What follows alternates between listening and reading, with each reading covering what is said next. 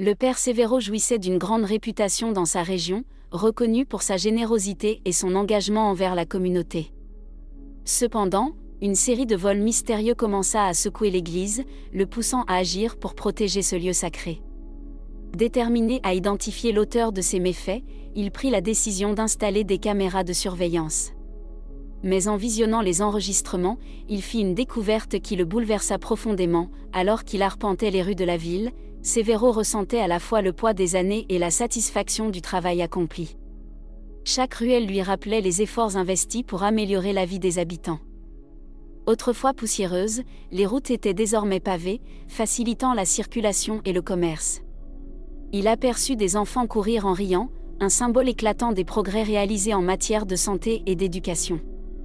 Devant l'école qu'il avait contribué à construire avec des bénévoles, il s'arrêta un instant, observant à travers les fenêtres la maîtresse expliquer une leçon au tableau. Il se remémora le jour où elle était arrivée en ville, pleine d'enthousiasme et de vocation. Grâce à son soutien, elle avait pu suivre sa passion et façonner les esprits de demain. Poursuivant sa marche, il s'approcha de la fontaine du village, une source d'eau potable autrefois inexistante. Avant le projet d'assainissement qu'il avait initié, l'eau était rare et souvent contaminée. Aujourd'hui, les familles pouvaient se servir librement, et les maladies qui ravageaient autrefois la communauté avaient presque disparu. Trempant ses mains dans l'eau fraîche, il sentit une gratitude silencieuse, celle des générations futures qu'il ne connaîtrait jamais. À son arrivée à l'église, il fut enveloppé par la sérénité du lieu.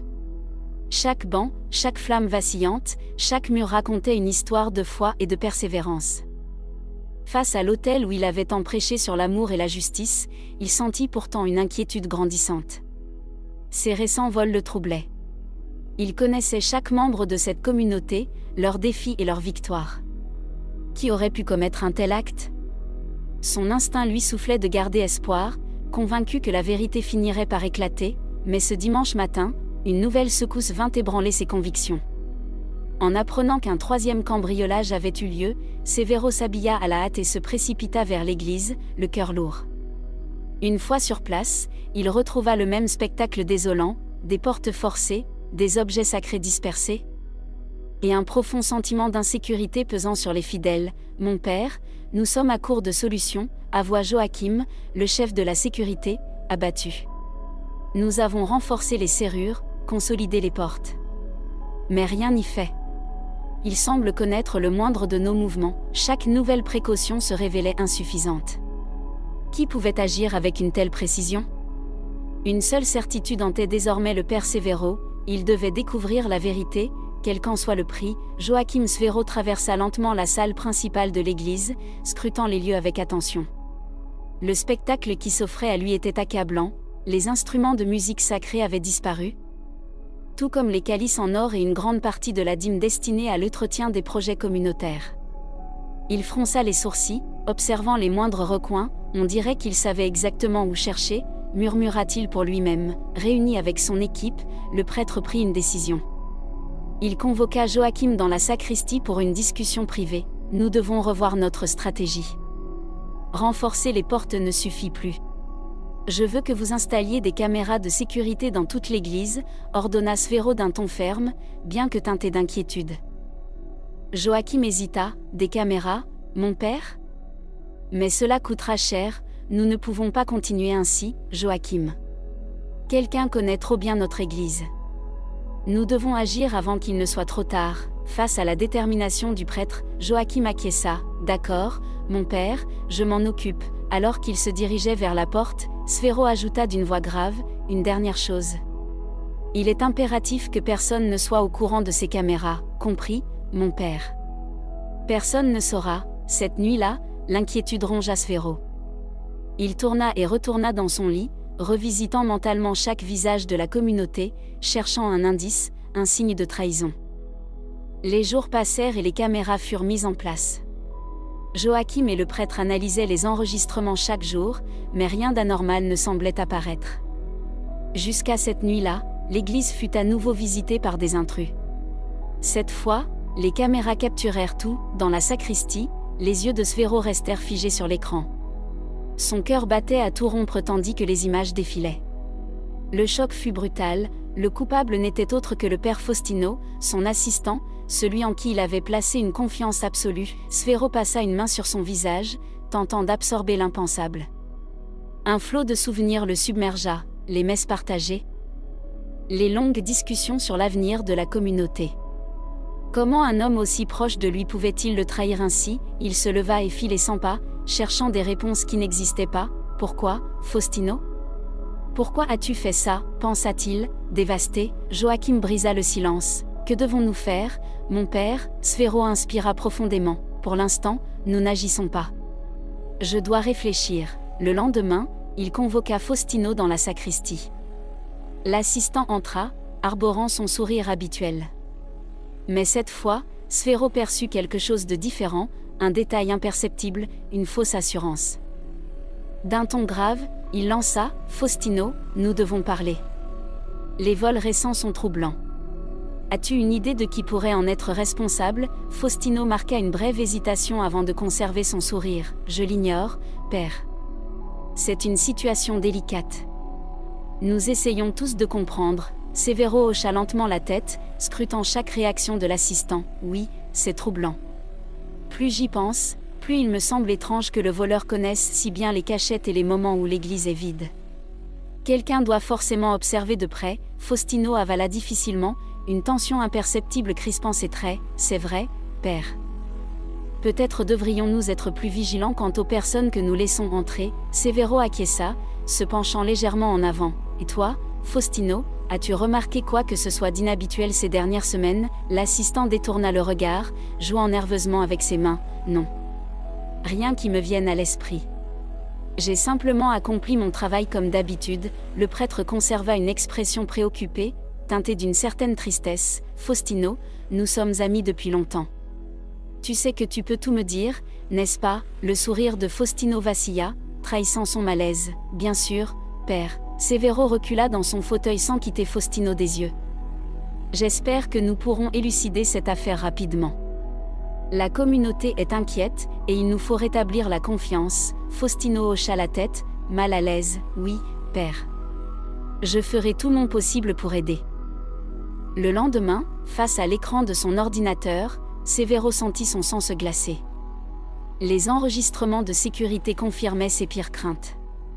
La gorge nouée, il attrapa son téléphone et contacta la police, la voix tendue. Quelques minutes plus tard, les autorités arrivaient à l'église et débutaient une enquête qui allait révéler des faits accablants. Dirigée par le détective Castro, l'équipe scruta les antécédents du père Faustino. Des incohérences troublantes surgirent dans ses documents d'identité, éveillant les soupçons. Severo, en retrait, observait les enquêteurs, une boule d'angoisse pesant sur son estomac. « Père Severo, nous devons parler ?» annonça Castro d'un ton grave. Le prêtre sentit son cœur s'emballer. « Nous avons découvert quelque chose de préoccupant, » poursuivit le détective. Les papiers du père Faustino sont falsifiés. Son véritable nom est Arturo. Il s'agit d'un fugitif avec un lourd passé criminel. Le véritable Faustino est mort dans un accident le jour où il devait prendre son poste ici. Arturo a usurpé son identité. Ces révélations résonnèrent violemment dans l'esprit de Severo. Il se sentait trahi, humilié. Comment avait-il pu accorder sa confiance à un imposteur? C'est impensable, murmura-t-il, la gorge serrée. Je l'ai accueilli, j'ai cru en lui. Il aidait notre communauté. Castro posa une main ferme sur son épaule. Malheureusement, il se servait de l'église comme couverture pour financer ses activités criminelles. Nous aurons besoin de votre coopération pour l'arrêter. Severo acquiesça, troublé.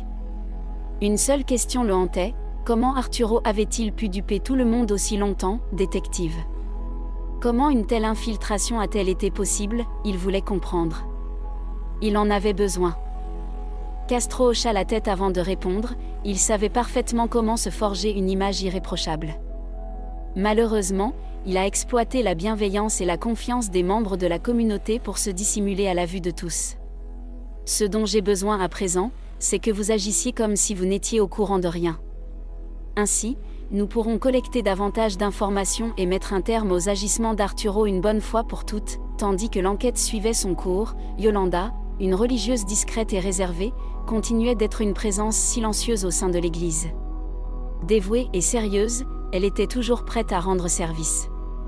Ces derniers mois, elle avait été aperçue à plusieurs reprises en compagnie du père Faustino, ce qui avait alimenté les ragots et éveillé la curiosité des fidèles.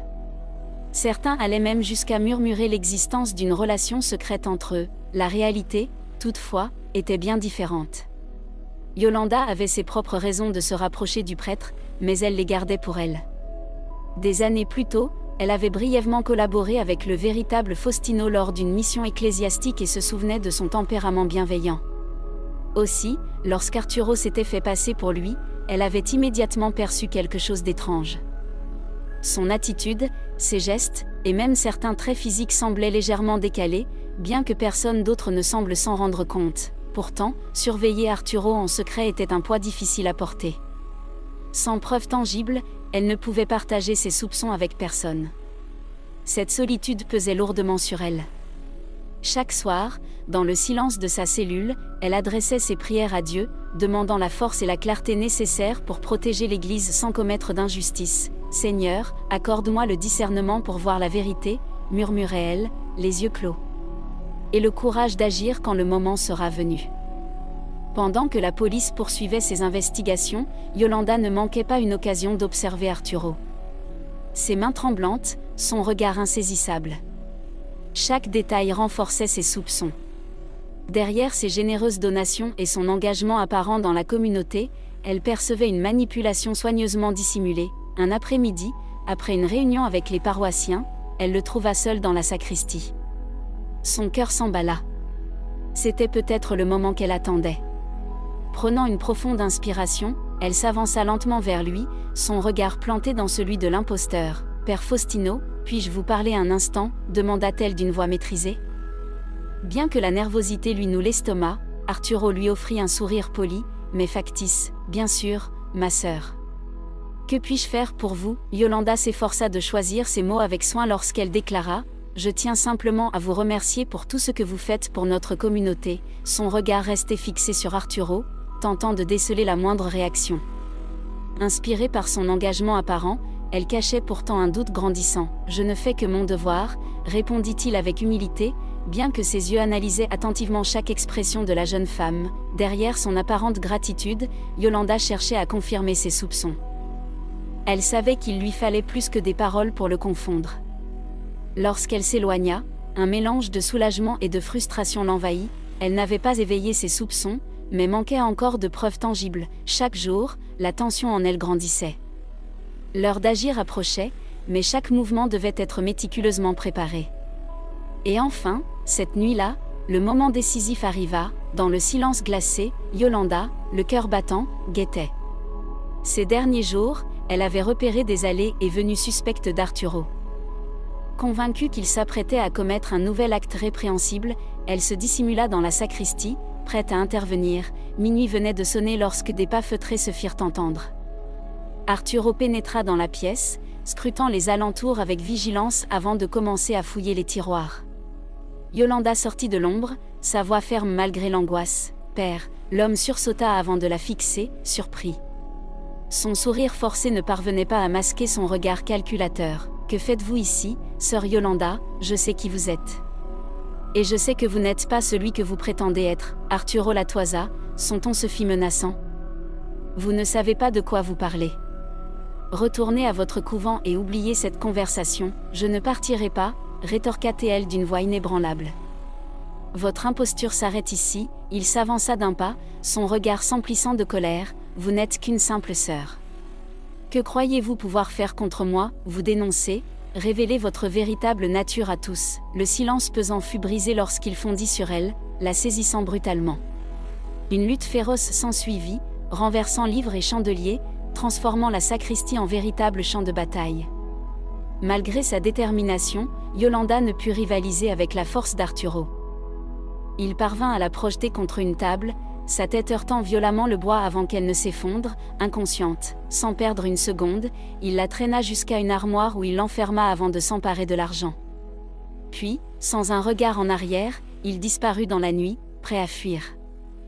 Lorsque le père Séveraud arriva à l'église au matin suivant, il découvrit la sacristie en désordre. Un mauvais pressentiment s'empara de lui. Sans perdre un instant, il se dirigea vers la salle de surveillance et consulta les enregistrements de la nuit précédente. Lorsqu'il vit l'altercation entre Yolanda et Arturo, son cœur se serra. Pris d'inquiétude, il retourna précipitamment à la sacristie et entreprit de chercher Yolanda. Après quelques instants d'angoisse, son regard se posa sur une armoire verrouillée. Rassemblant toute sa force, il parvint à forcer la porte et découvrit Yolanda inconsciente, mais vivante. Il s'agenouilla à ses côtés, lui prit la main et murmura « Tiens bon !» Yolanda.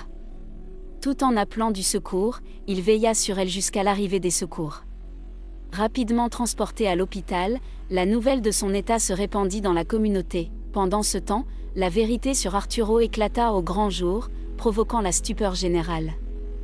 Alertée, la police se mit immédiatement à sa recherche.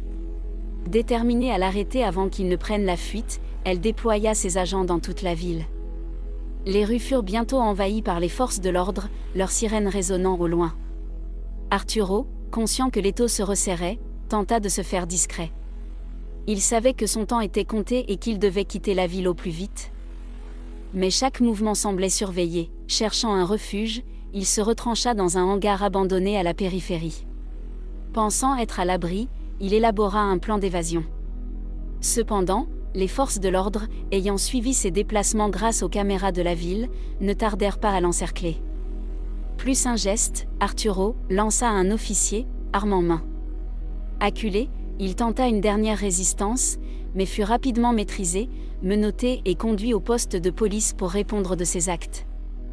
Son arrestation fit grand bruit à Séville, mêlant soulagement et tristesse au sein de la communauté. L'imposteur, qui avait abusé de la confiance de tous, était enfin sous les verrous. Tandis que la vérité sur son identité et ses méfaits se révélait, l'Église retrouva peu à peu sa sérénité. L'argent volé fut récupéré, et, grâce à l'entraide des fidèles, les dégâts matériels furent rapidement réparés. De son côté, Yolanda passa plusieurs semaines à l'hôpital pour se remettre de ses blessures. Entourée de l'affection des habitants et du père Sévro, qui veillait attentivement sur elle, elle retrouva peu à peu des forces. La peur et la méfiance qui avaient envahi la communauté laissèrent place à un nouvel élan d'unité et d'espoir. Sévro venait lui rendre visite aussi souvent que possible, lui apportant des nouvelles et des paroles réconfortantes. « Yolanda, nous attendons tous ton retour avec impatience », lui dit-il un jour en lui serrant tendrement la main. « L'Église n'est plus la même sans toi, merci, père Sévro », répondit-elle avec un sourire faible mais sincère. « Je reviendrai dès que je serai prête, et je promets que nous ferons tout pour restaurer la confiance en notre communauté. » Lorsqu'elle fut enfin autorisée à sortir, Yolanda fut accueillie par des applaudissements et des étreintes chaleureuses. Le soutien des fidèles lui donna la force nécessaire pour reprendre ses fonctions avec une détermination renouvelée. Avec Sévro, ils discutèrent régulièrement des mesures à prendre pour panser les plaies laissées par la trahison d'Arturo. Un jour, alors qu'il se promenait dans les jardins de l'église, Yolanda confia à Sévro « Nous devons rappeler à tous qui était vraiment le père Faustino et honorer son héritage. Il ne mérite pas d'être oublié à cause de ce qu'il s'est passé. » « Tu as raison, acquiesça Sévro. Nous organiserons une cérémonie en son honneur. C'est la moindre des choses pour rendre hommage à tout ce qu'il a accompli. » L'événement fut préparé avec soin et ferveur. La communauté se rassembla en grand nombre, chacun tenant une bougie allumée en mémoire du véritable père Faustino. Sévro prononça un discours émouvant, retraçant les actions et les valeurs du défunt prêtre, tandis que Yolanda guidait les prières. « Aujourd'hui, nous célébrons la mémoire d'un homme qui a consacré sa vie à servir Dieu et notre communauté », déclara Sévro d'une voix ferme, malgré l'émotion. Nous nous engageons à préserver son héritage et à suivre les principes qu'il nous a enseignés. La cérémonie fut un moment de réflexion et de renouveau. Unis par la douleur mais portés par l'espoir, les fidèles se sentaient plus soudés que jamais. Déterminés à avancer, ils œuvrèrent ensemble pour renforcer leur foi et leur confiance mutuelle. Quelques jours plus tard, Yolanda et Sévro se retrouvèrent dans la sacristie pour envisager l'avenir. « Nous devons être vigilants, mais aussi bienveillant, souligna Sévro. La confiance est fragile, mais elle est essentielle à notre communauté, oui, approuva Yolanda. Avec l'aide de tous, nous construirons un avenir encore meilleur. Ce que nous avons traversé nous a rendus plus forts, pendant qu'Arturo répondait de ses actes devant la justice et recevait sa sentence. La communauté, elle, poursuivait sa reconstruction. Les échanges entre Yolanda et Séveraud étaient empreints d'espoir et d'ambition pour l'avenir. Ainsi, malgré l'adversité, l'Église demeurait un phare de foi et de résilience pour tous à Séville. Si cette histoire vous a touché, n'hésitez pas à laisser un like et à vous abonner à la chaîne. Découvrez dès maintenant une autre vidéo qui, à coup sûr, vous émouvra. Cliquez et laissez-vous porter par l'émotion. Merci et excellente journée à vous.